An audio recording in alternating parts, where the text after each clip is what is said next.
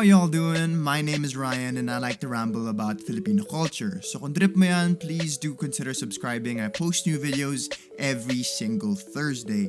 Pero ngayon, may series tayong papag-usapan, so I want to welcome you all to Sinigang, usapang pelikula na medyo sabaw.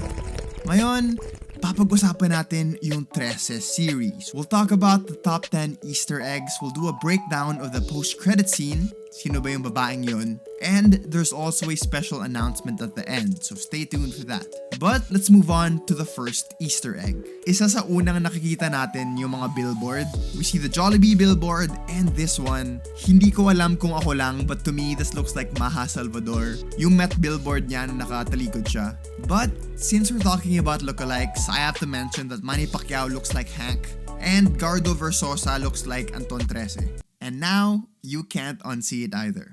Moving on to number 2, yung giant chalk nut na ginamit ni Trese para i-bribe yung nuno. Sobrang dami ng memes tungkol sa chalk nut na to at tama lang naman kasi sobrang laki niya. Gets naman kung bakit nag-simp si Nuno para sa chalk nut. Kung ako yon, I would do the same. Mabilis lang yung number 3, may isang mang-inasal sign na saglit nagpakita. And number 4 is this Nokia phone. Or at least, mukha siyang Nokia phone, yung tipong lumabas nung mga 2005 nung unang ginawa yung Trese comics. The number that Trese puts to summon Anselmo is actually the date of the Great Binondo Fire, March 23, 1870. And we all know that Anselmo is the spirit of the Great Binondo Fire. So tamang-tama yung reference na to. Moving on to number 5, yung creators ng Trese. So in this scene, Captain Guerrero shows the murder victims, and we see Budge Tan and Cadjo Baldissimo, the writer and artist behind Trese. Apparently, pinatay sila ni Bagyong Kulimlim, who is actually voiced by Dante Basco in the English cast. And honestly, sobrang sayang. Sobrang talentado ni Dante Basco. Pero binilang ko at 28 lang yung words niya. You have Dante Basco and you only make him say 28 words. But I did like the fact that he was a lightning character.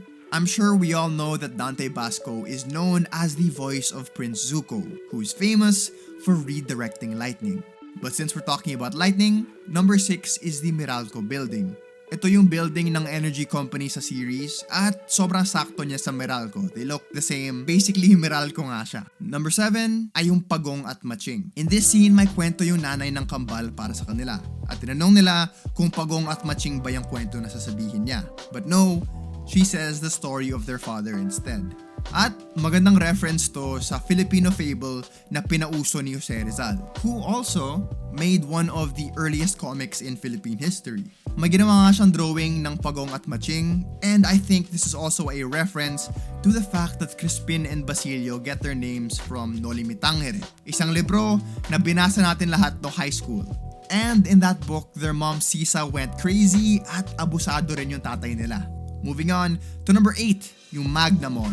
Obviously, this is a reference to Mega Mall, one of the biggest malls in the Philippines, probably the most famous and a haven for Pinoy babies. May isang scene na nasa parking bay yung doktora and it looks exactly like the parking of Mega Mall. Number 9 is Nova Aurora, who is obviously supposed to be Nora Honor. Her fans are called Novanians, much like Nora Honor's fans who are called Noranians.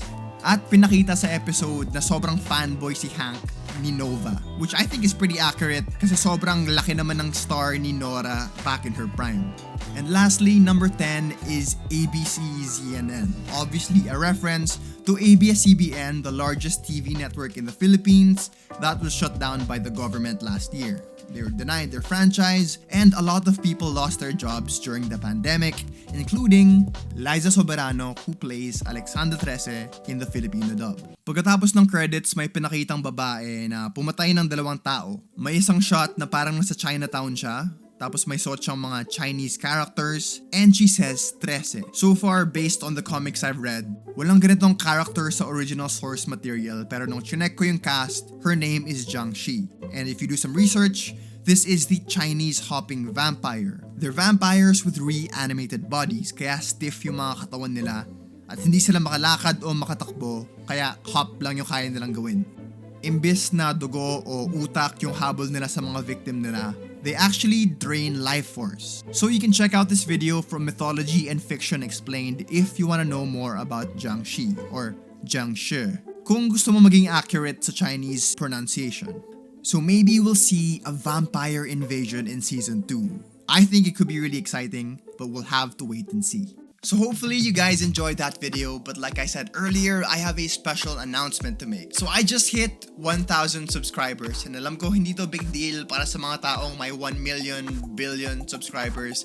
But for me, malaking bagay ito. So to say thank you, I'm doing a giveaway on Thursday. I'll drop my Trese full series review and I'll release all the mechanics in that video, but I'm gonna give away a Trese comic book. So stay tuned for that, but while you're here, why not like, comment, and subscribe? I post new videos every single Thursday, all about Filipino culture. And if you want to follow me on my social media, I'm on Instagram at _Ryan Rosella and on Facebook at facebook.com/RyanRambles. But till next time, peace and I love y'all.